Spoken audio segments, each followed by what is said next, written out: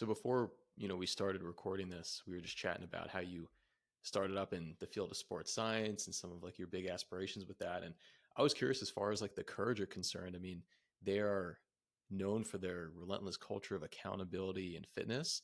And how do you balance pushing your athletes to the limits while also keeping them healthy and motivated throughout the course of the season? Yeah, it's a good question, and it kind of speaks to one of my overarching training philosophies for the courage, but also for any athlete that I'm seeing on a regular, consistent training basis. And that's that we are going to push to the point where we bend but never break. So you have to come pretty close to the edge, I think, of what someone's capacity is to be able to figure out where that actual edge is, where the edge of the cliff, so to speak, is. So we train hard, we train consistently. Um, we're not afraid to be a little sore. I've got it. Oftentimes, have to get athletes to buy into this idea that sometimes you're going to be doing things that you don't like, that's uncomfortable, that you're going to be sore, that you're going to be fatigued, that um, the process is oftentimes going to, eat into your livelihood a little bit, your social life, your whatever that is, because if you're trying to be great at something, that you can't really compromise on too much in the pursuit of that goal.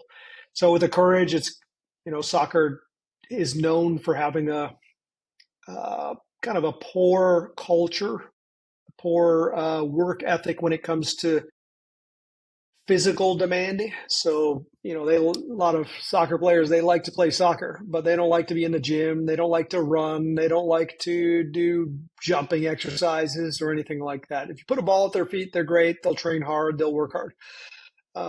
This isn't exclusive to soccer players. A lot of ball sport athletes are like this, but we've developed this culture over time where athletes in our system realize to be successful, not only period, but more so specifically with us, you've really got to push yourself.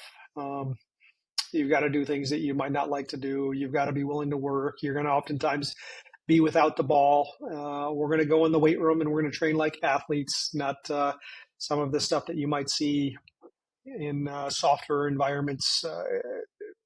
We're really going to try to get after it, try to develop all around athletes. So thankfully, we've had great success with that. The athletes do trust and believe in what we're doing. I have a very good assistant who's my right hand man. He helps me along in this process, and the athletes place a tremendous amount of trust in us.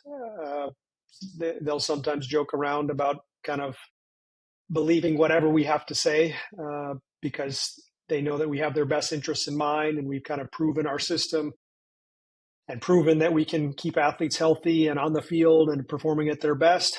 So sometimes this means that they might have to do things they've never done before, or do things they don't like, but it really has created a great culture of accountability and a great buy-in of the athletes. Well, it's interesting to hear you say that you can have these top level athletes on these teams who might not be all that excited to get into the weight room or do sprinting drills, bounding drills, even work on their flexibility, mobility, even recovery, because I feel like that's so hot right now. And what you're telling me is that, like, they may have gotten to that point without really maximizing all their potential. And your job is like to kind of forcefully fill in those gaps and say, hey, this is the buy-in, like we're going to help you get there. So it's just interesting to hear that of like, yeah, they might not all be that jazzed up to do it, but when they do it, we can squeak out that extra 1% here and there and there. And it makes really a championship team. Yeah, I think that's 100% right. I've worked in sports where the physical side of things is the overwhelming majority of your success. Sports like track and field, sports like weightlifting, sports like swimming, even where how well you develop your physiology plays a disproportionate amount of ratio of your success. In a sport like soccer or any ball sport, team sport, so many other factors at play, whether that's strategy or tactics or skill with the ball.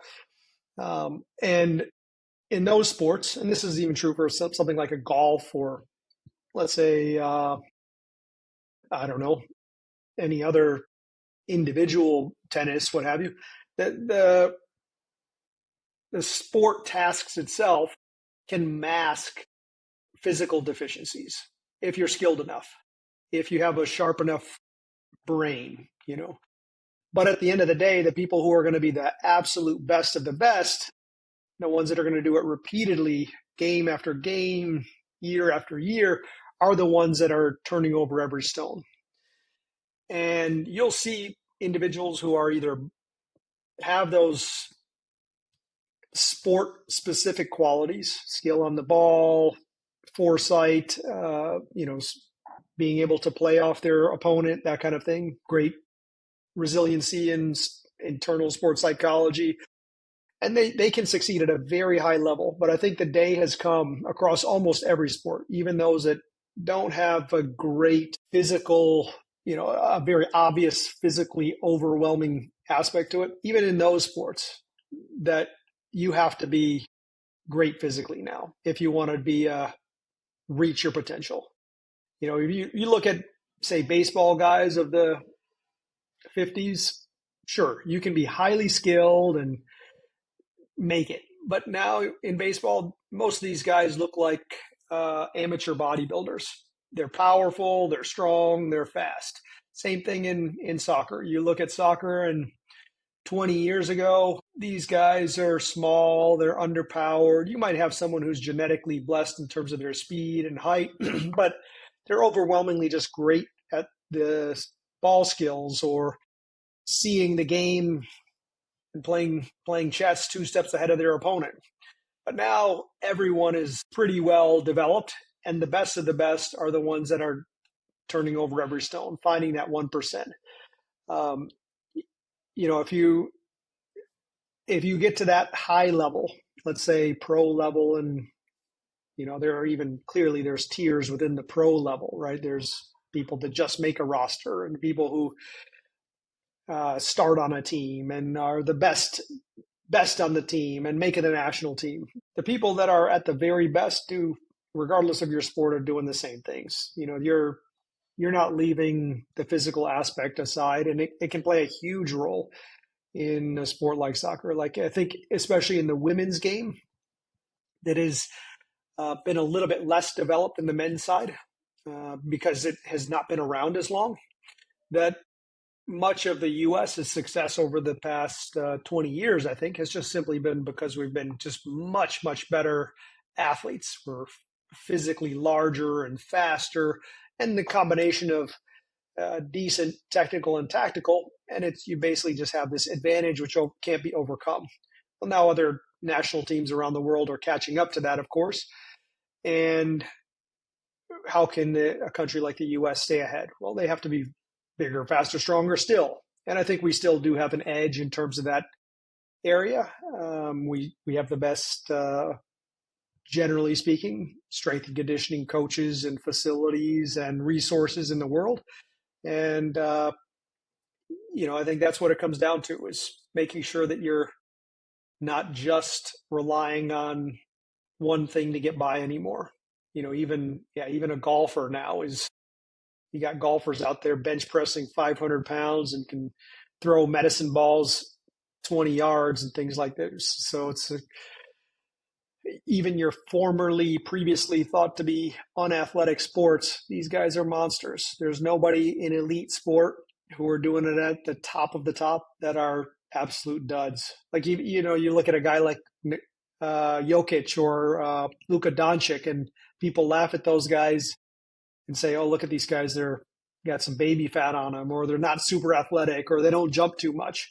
Well, guess what? These guys are 6'9" to 6'11", and they have the move with the agility and grace of a ballerina, and they might not be able to jump really high, but they can do a step back and cut laterally and do things with their body that is insanely athletic. So even the ones who are kind of being kind of marked as unathletic are still incredibly athletic. It's just there's no room for or buffer for not addressing the physical side of performance anymore.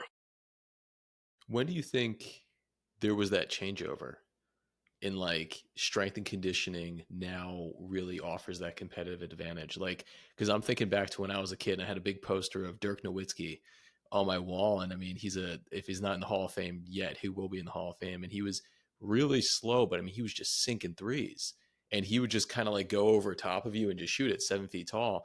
But I feel like now if he went up against like Joker or Wemby or something, they'd be maybe running all over him. And that was, 20 years ago. Yeah, I mean, he was a great example. He's a guy who's probably not physically gifted in terms of his speed for sure. Obviously had height and coordination. I've seen some of the coordination ball handling drills and shooting drills that he could do, both hands. Nowitzki, that is, and was really amazing. So he's probably falls a little bit closer to the Joker area. You look at Jordan, who he's my goat. I think he should be everyone's goat. But you look at him 20, 30 years ago, and you say this guy clearly was the best athlete at the time, right? Well, now athletically, there are 20 Jordans athletically. There's not 20 Jordans who have that whole package and are as competitive and as fierce and can control the game like him. But athletically, he was one of one. Now there are guys that can do things that maybe even Jordan couldn't have done in his prime. Anthony Edwards and that kind of thing. So I think there was a gradual shift, and it depends a little bit on the sport. Right? You're never going to compete in a sport like track and field if you don't have that physical side of things. If you just say, "Hey, I'm going to work on my technique in track and field," and never go in the weight room and never sprint and never do plyometric activities, good luck. You're not going to last very long. You're going to be exposed really quickly. Sports like that, track and field, uh, swimming, cycling, rowing, weightlifting, the physical side of it and the fact that you're quantifying physical performance is so brutally honest. There's no way around it, whether you are good or bad, or whether the training has worked, or whether you put in the time, that it just becomes really transparent. But in other sports where there's more skill, where there's more team play, where your opponent can dictate the outcome a lot more, then I think in those sports, it's taken a little bit longer, right? Because you can mask the importance of physical development. But you can look at where the sea change has kind of occurred in each sport, and it's not always going to be congruent with the other sports. When Tiger Woods came in 30 years ago, people were like, "Oh my gosh, there's a guy. He looks like he could be a track and field athlete, or he could be a point guard. He's athletic. He's trim. He trains hard. Look at those biceps and his bench press, and he runs." And all of a sudden, you got a guy who's could be off the tee and a good 50 yards further than everybody else. And now everybody looks like that for the most part. You can still come close if you're highly skilled enough, but that physical, if you add the two things together, the physical plus the tactical skill, whatever, now you're unbeatable. I think there's still some resistance in some sports and some circles, but when you look at the people who are kind of best of the best, it just gives you such a buffer. Why would you not choose to take advantage of this? And especially if you were at the pro level and looking to extend your career, prevent injuries, maximize your earning potential, it's just part of what you've got to do. To go back to maybe your surprise about the football players, soccer players, not necessarily liking to do the gym work or the strength work or the sprint work, conditioning work. They're just normal people. I mean, we've got, I would say 50% of the people that come into our adult fitness sessions at Athletic Lab, if you could give them a pill and they didn't have to do anything, they wouldn't come in. They don't love it. there's a good amount of people that love it. They love to do it. Uh, those types of people will be disproportionately found in sports like swimming and track and field and cycling and weightlifting. But in team sports, those people love to play their team sport.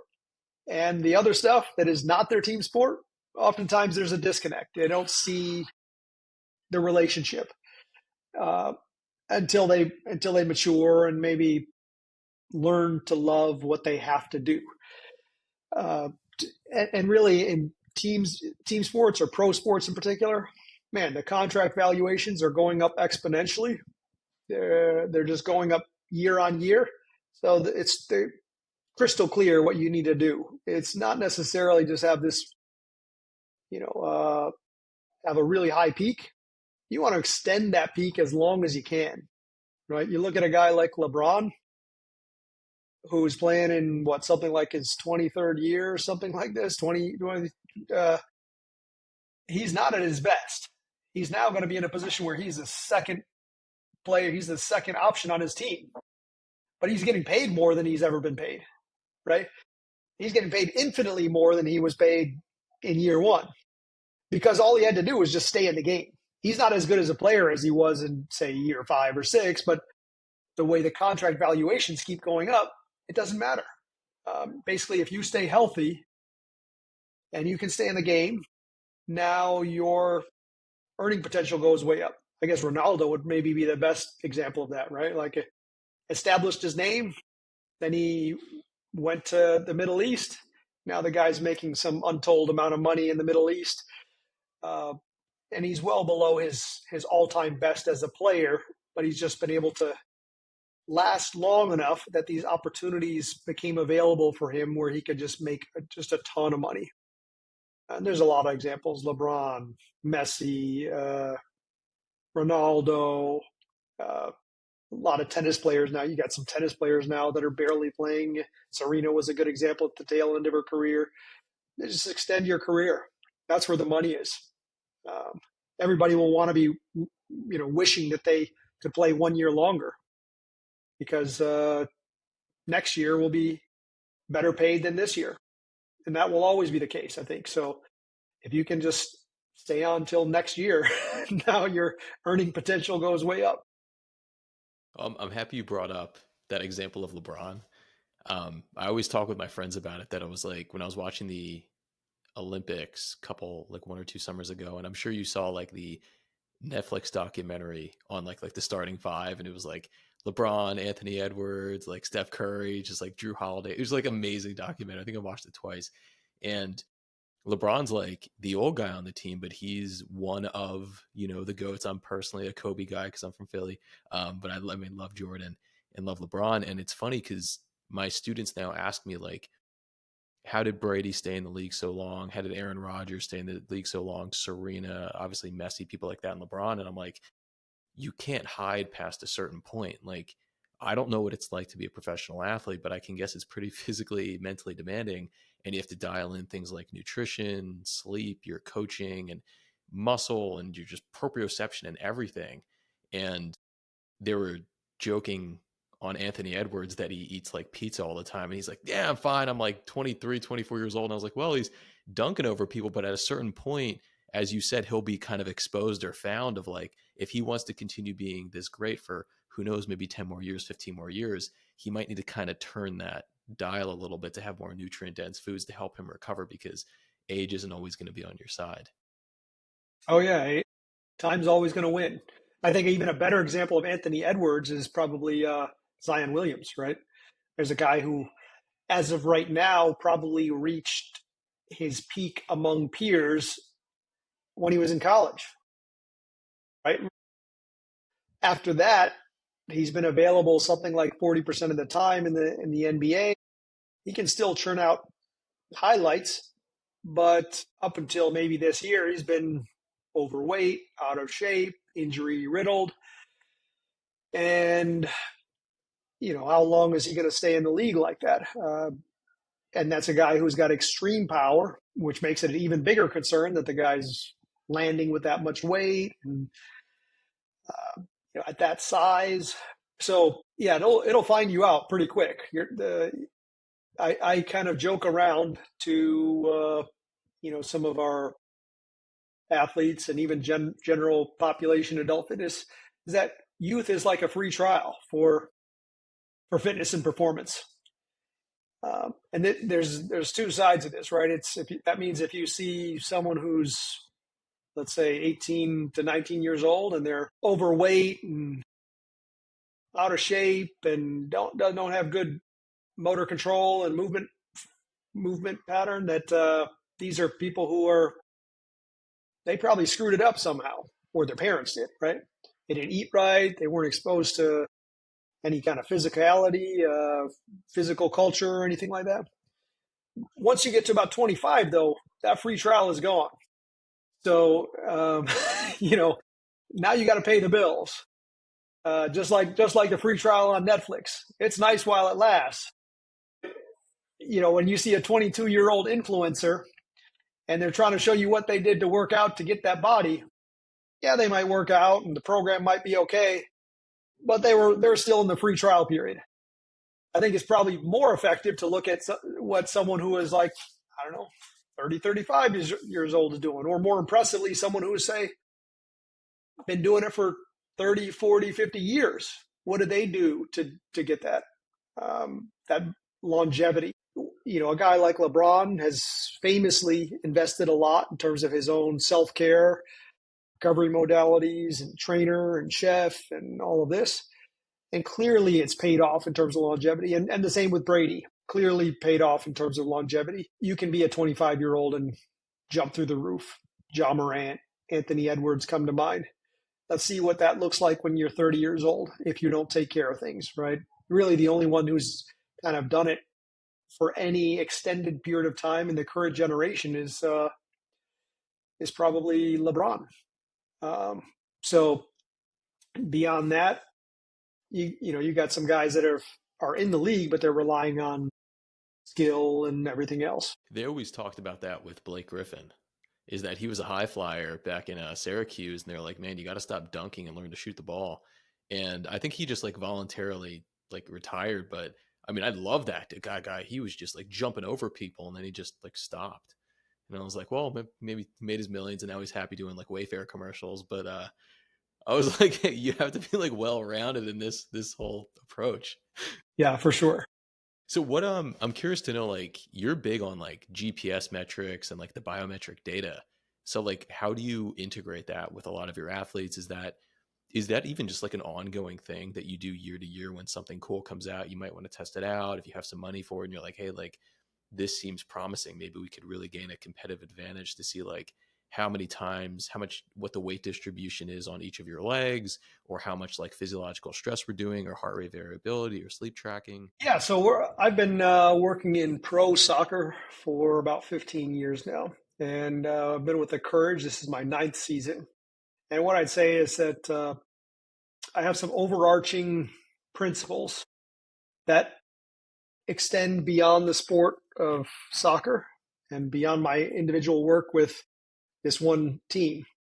And these principles stay tried and true regardless of the demographic or the environment or what have you. But what happens is that these principles establish, let's say, at any given moment in time, 80% of what we're going to do. The overall rhythm of training, the loading schemes, how we need to recover, that kind of thing. And what I'm always doing is tinkering and experimenting. I'm a sports scientist at heart, and in sports science, what you do, or any science, is that you have a hypothesis. You test the hypothesis. You see whether your hypothesis was correct or not, and then you adjust accordingly. Do I continue doing what I was doing, or do I stop that experiment and try something different? So this experimentation, this science at work, creates a continual evolution of how I deliver these principles.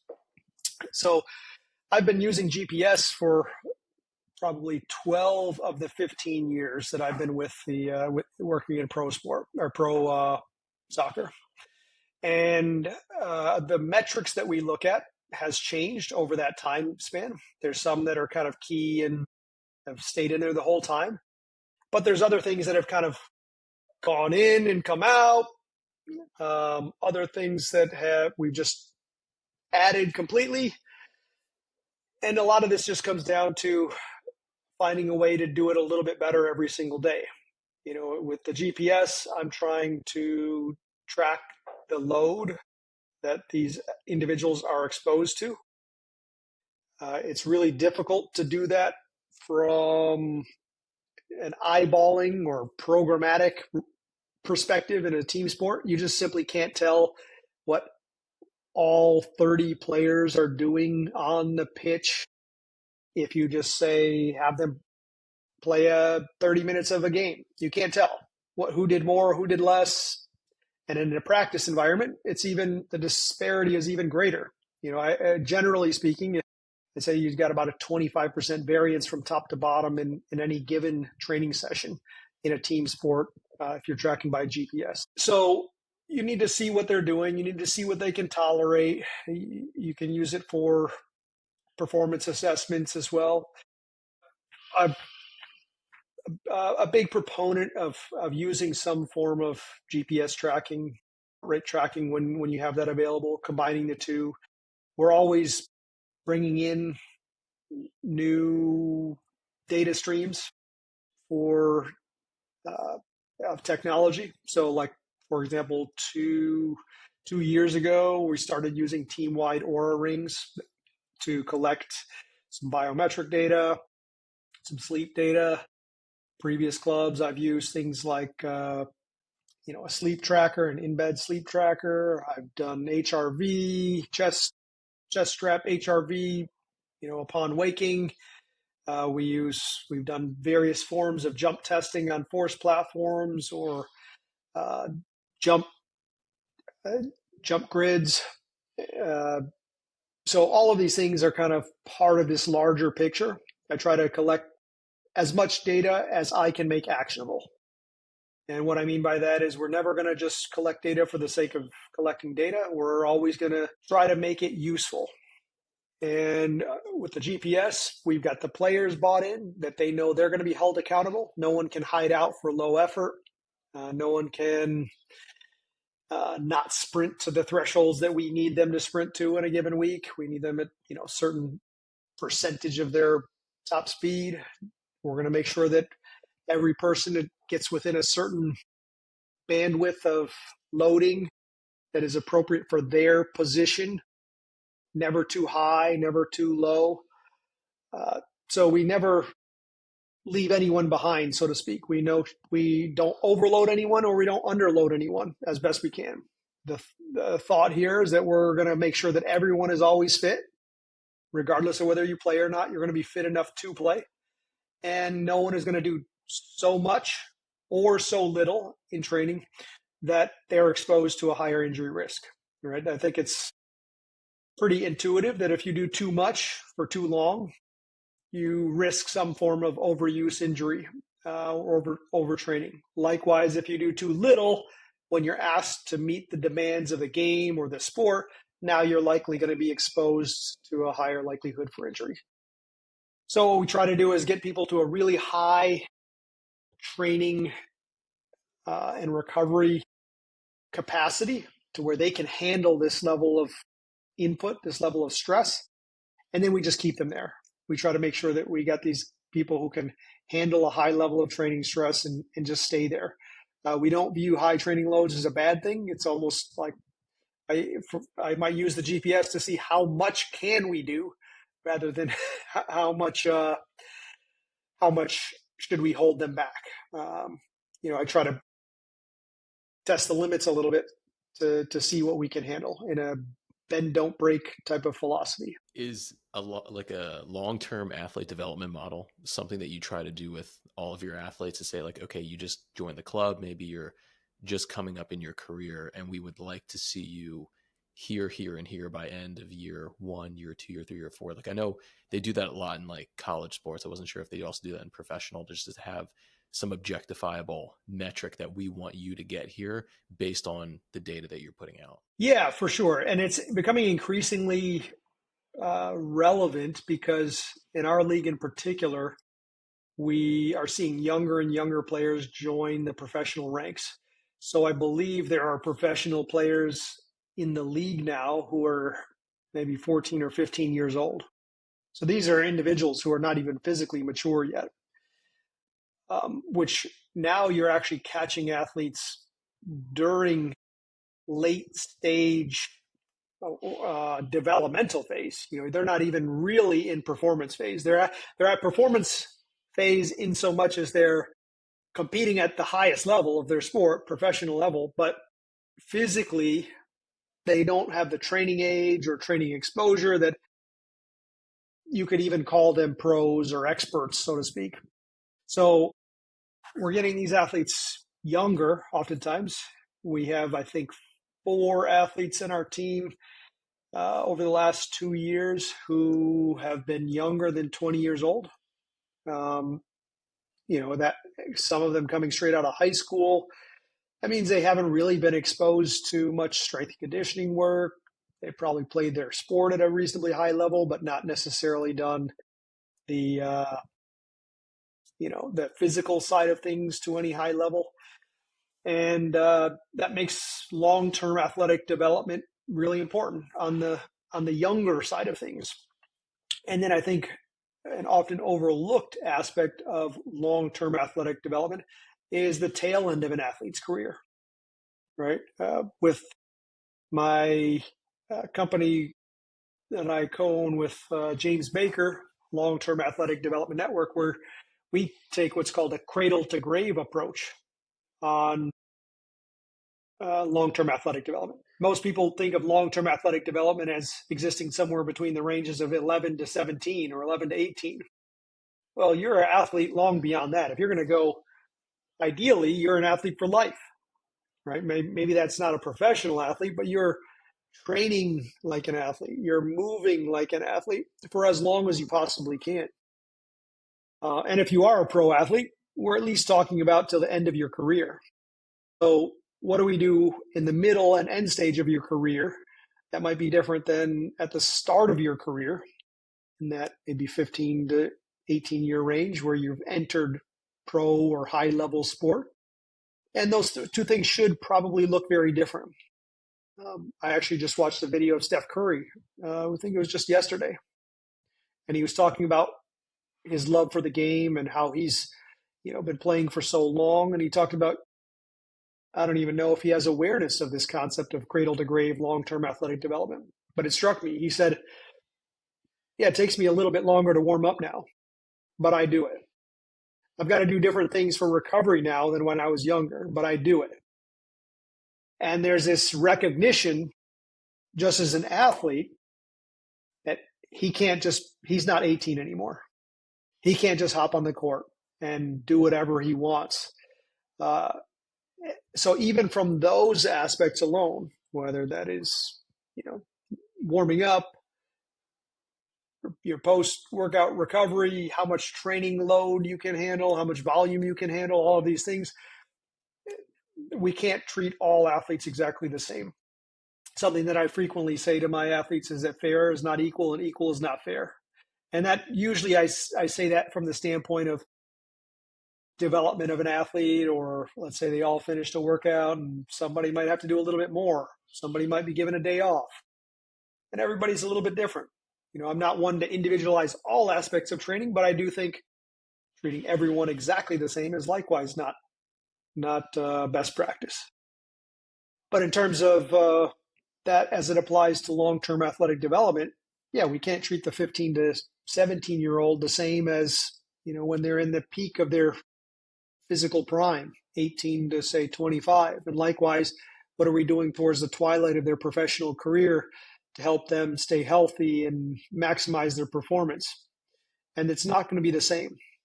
There's a cumulative effect to training, not only in terms of the wear and tear on your body, but also muscles have shown to literally have memory, not in the skills standpoint that sometimes people refer to muscle memory. That's kind of largely been debunked, but the muscles have memory in terms of their retention of physical capacity and size.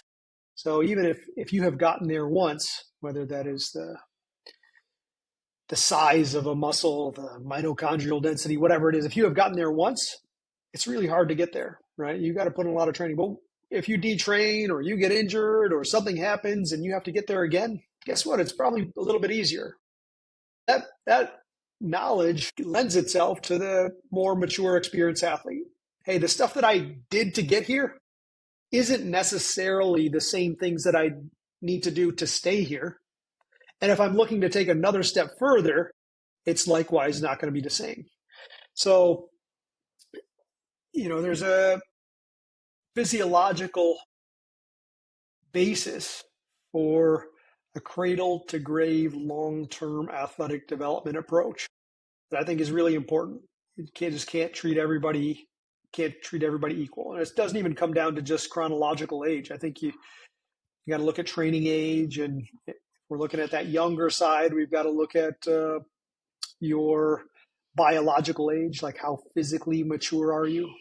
If you're coming into the pro ranks as a 15-year-old, well, guess what? There's 15-year-olds that are fully physically mature, especially on the women's side, right? Like there's 15-year-olds who are effectively in the body of a grown woman at 15 years old. But from a training standpoint, there's no way they have the training age of someone who's a grown woman. It's just not possible. They haven't had the years to accumulate that training age. So even though they're biologically older, they still need the time to accumulate the training history that will allow them to do the things later on in their career. And that's a wonderful consideration because there has been I think like the best example or the easiest example was, maybe LeBron and little Bronny standing on the court at the exact same time. And there might have been like a 20-year age gap, 20, 22, 23. I don't know how old, like the differences between them. And I always thought about this because I was a strength coach in football, and I would see like, you know, someone like the faster cornerbacks and wideouts at like maybe 175 pounds, and you see the big boys 375 pounds, and you're like, wow, they're doing the same drills in the same weight room. But then, like, when they're a little bit more specific with their drills on the field, their agility and what like the demands are placed on them, it's different. And I thought about that with LeBron and his son of just kind of like, okay, you can't treat someone who's 42 years old and someone who's maybe 21 years old the exact same. So how do we come together as a team and utilize your skills, mask your weaknesses while still pushing each and every one of you individually? And that's where I think that technology is such an integral piece. And it's like, this is awesome. How do we harness this to make sure everyone collectively under one roof is doing well, but we're not leaving anyone behind? Yeah, for sure. For sure. So many of the, Uh, oh, please. Yeah. no, go ahead. Go ahead. Oh no, because I was going to ask you, like, what do you think, like, what needs to happen maybe within the next 5 to 10 years with respect to the technology so players can continue to progress? Like, as a professional, I mean, you've coached at, professional teams, you've coached Olympians. What would you love to see within the next 5 or 10 years if you can just say, all right, scientists, develop this technology so we can progress in these areas? Well, I think there's some illicit things that are on the way, if not already arrived, whether that's SARMs or peptides or more advanced anabolics. Those are certainly arrived or on the way. I think gene therapy is likewise kind of another borderline illicit one that's going to be around that we're going to have to deal with and could very well reshape sports. From the standpoint of things that are more approachable and a little bit more ethical, I think what we're going to see is probably some element of artificial intelligence involved with coaching. For example, inputting variables, test variables, maybe even genetic markers, physiological biomarkers like heart rate and sleep time and REM sleep cycles and body temperature and what have you, to give us a more informed informed stance on things like trainability or what might work on what days, how much volume we can do, how frequently we need to hit speed or strength, how important is strength to this athlete, how important is speed to this athlete, what is worth the time investment. I think if we once we start to involve some level of AI in terms of predictive modeling, I think it could be very useful. I mean, if you we wouldn't even necessarily have to have it for one individual, but if we said, hey, we've got an individual with this background, they're this age, they're this sport, they've been playing this sport for so long, here's their test numbers over the past X amount of years, here's their sleep data, here's their HRV data, here's their body temperature data, fill out this survey, take a blood test. Now it gives us, hey, let's supplement with these things. Let's make sure we shift our sleep clock here, our training window here. Let's train 3 times a week rather than 5 times a week, whatever it is. Let's go heavy in the gym 3 times a week rather than 2. So I think some predictive modeling will be very useful. We're doing some of that now. I've built out some machine learning with some of my player load monitoring platforms, but it's very early days, I would say. I think that's one thing. I think we're, I would say, in the bronze age, if that, for understanding biometrics, blood test data, what things like HRV and omega wave and body temperature and sleep cycles, all of that actually means. We're in the bronze age, if that, for that. But once we start to learn to understand that, and not even just understand it on a population level, but understand it on an individual level, man, that will be powerful. That would be powerful. Think about the dumb things we tell people now. Sleep 8 hours a day. Drink 8 cups of water a day. Consume 2,000 calories a day.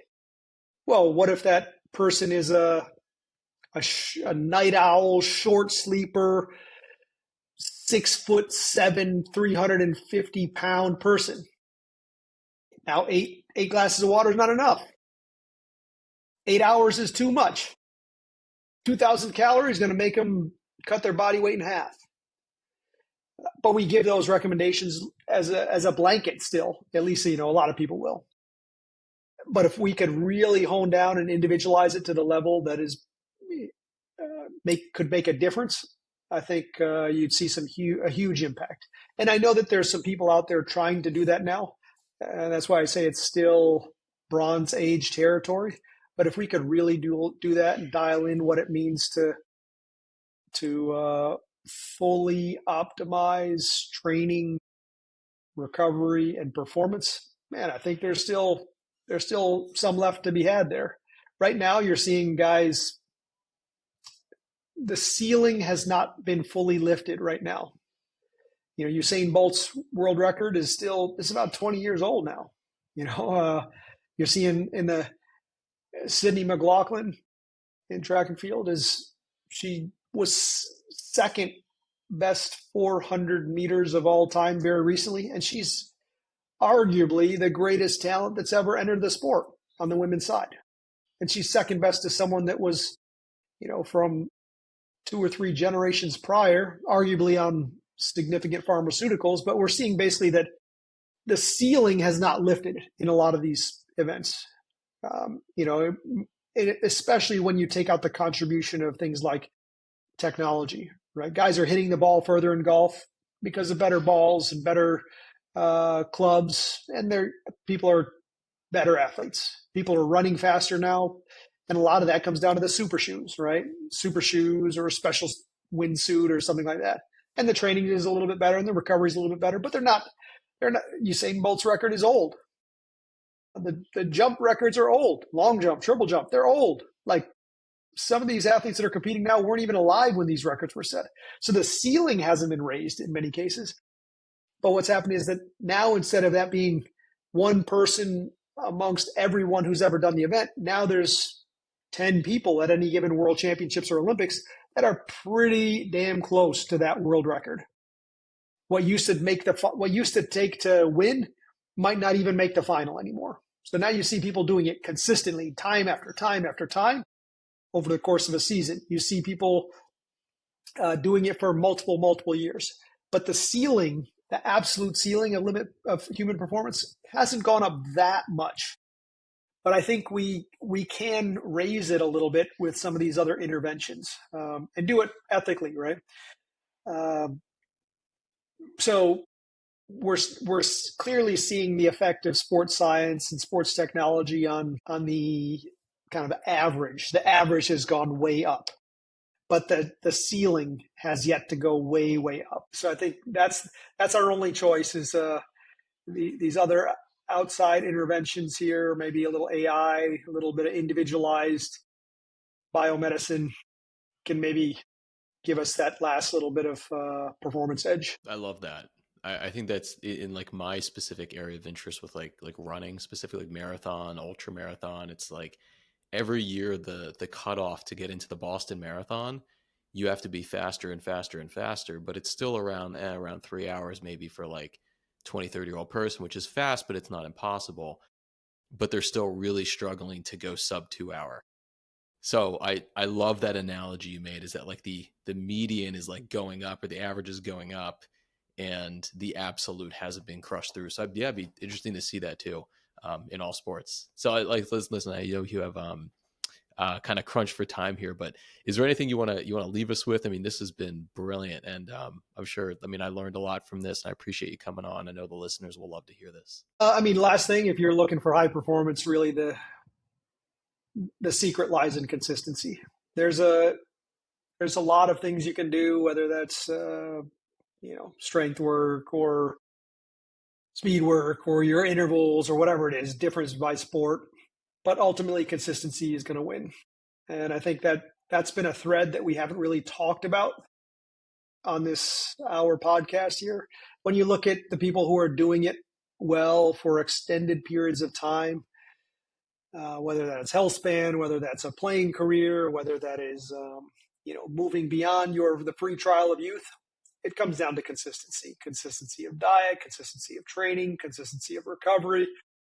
You don't have to be perfect, but you do need to be consistent.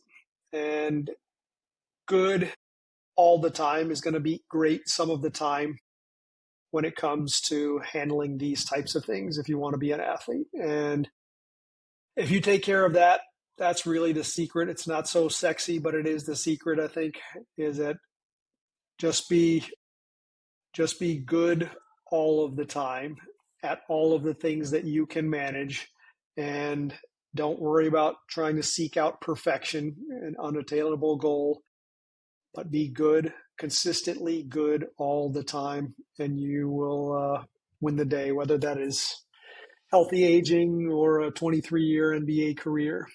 That's the way to do it. That's awesome. Consistency wins. That's like the Lou Gehrig, right? Played for 2,130 consecutive games, showed up every day. That's right. Well, 100%. Yep.